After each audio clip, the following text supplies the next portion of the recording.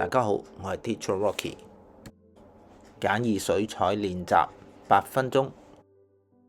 今日同大家拆解畫一隻雀仔。我哋嘅鉛筆稿只需要簡單咁樣將雀仔嘅唔同部分分割開，頭部啦、橙色嘅部分同埋佢嘅肚腩仔，只需要將翼、肚腩、毛髮嘅唔同顏色嘅部分分割開就可以啦。至於毛髮嘅細緻呢，係唔需要處理嘅。剛才畫完眼睛之後，我哋就可以直接塗上藍色。我哋先喺雀仔嘅頭部開始塗上較深嘅藍色，然之後再開一啲嘅清水將佢推開，喺特定嘅範圍度做咗一個平嘅顏色。然之後喺佢未乾嘅時候，我哋就再畫上深色啲嘅藍色，比較濃啲嘅，等佢自然咁化開。喺頭部較頂嘅位置乾咗之後呢，我哋可以再用更加深嘅藍色啦。我用咗 Indigo，做咗佢雀仔心口前邊比較深色嘅地方。咁大家可以留意翻啦，我喺雀仔頭部嘅淺色嘅藍色嗰部分呢，係等佢完全乾咗之後呢，我先至做佢心口前邊深藍色嘅部分，咁佢就唔會融埋一齊啦。要雀仔睇起上嚟呢，比較清晰明確嘅佢嘅輪廓，咁我哋有啲時候會等旁邊嘅顏色乾咗之後呢，先至做嘴巴個部分，咁樣睇起上嚟呢，會輪廓比較清晰。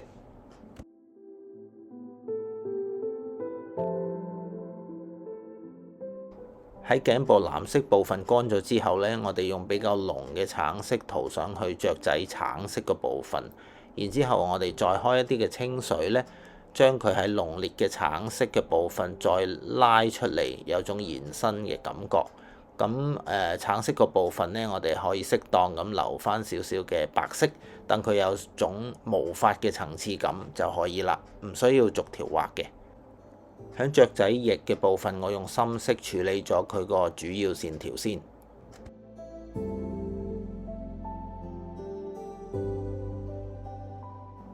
深色嘅主線條完成之後呢，我就開淡少少嘅啡色啦，做一啲中間色嘅層次感。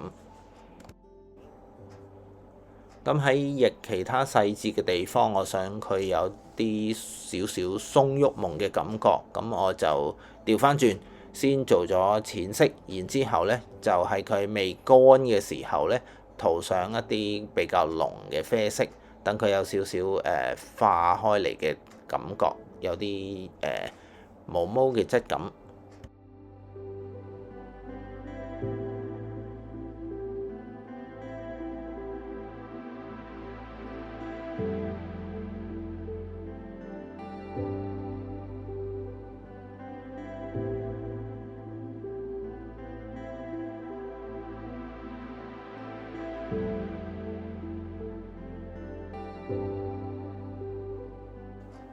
喺雀仔肚腩仔嗰部分，我用咗 Compact Blue 混合少少 Burnt Umber， 做咗一個暖灰嘅效果。喺雀仔肚腩仔嗰度做簡單嘅層次。喺第一層暖灰未乾晒嘅時候呢，我就再點上少少濃少少嘅藍色啦。等佢睇起上嚟呢，有啲毛髮嘅層次感。大家留意翻啦，我哋雀仔分咗幾個層次同範圍呢，我哋唔需要太仔細去描繪佢每一條毛髮嘅。我用藍色加少少綠色做佢尾巴嘅主色調。喺基礎層次描繪好之後，呢一部分呢，我會喺佢未乾嘅時候呢，加上一個比較濃嘅藍色，等佢個尾巴呢有種 outflow 嘅感覺。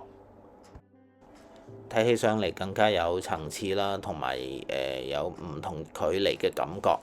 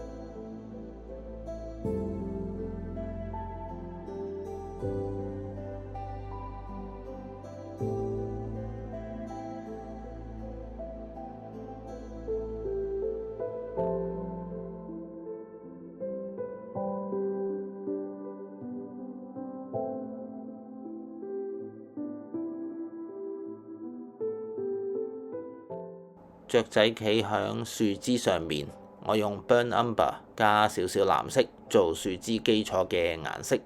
一路畫嘅時候呢，我都會用少少乾筆啦，做到有啲反光啊，同埋唔同層次嘅質感。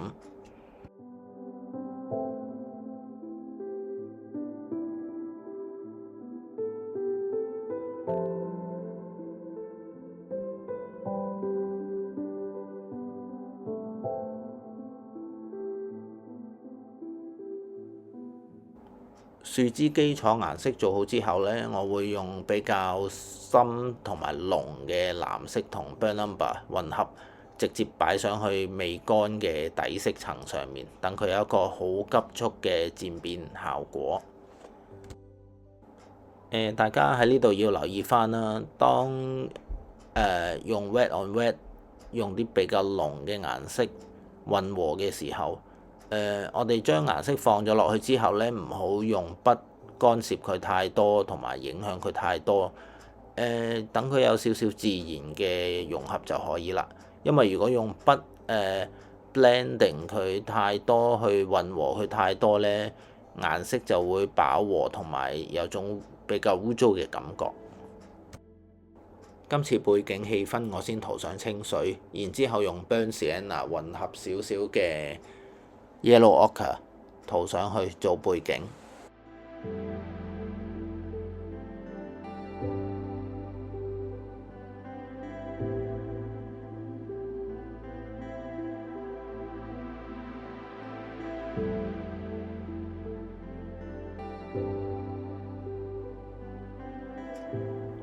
響右手邊比較低嘅位置，我會加少少 compact blue 啦，等佢更加有冷暖色嘅層次感。做好背景唔需要等佢乾晒，我哋可以隨意彈上啲點，增加個氣氛同埋效果。支持我做更多有質素嘅影片示範，Like、Subscribe、Share。拜拜。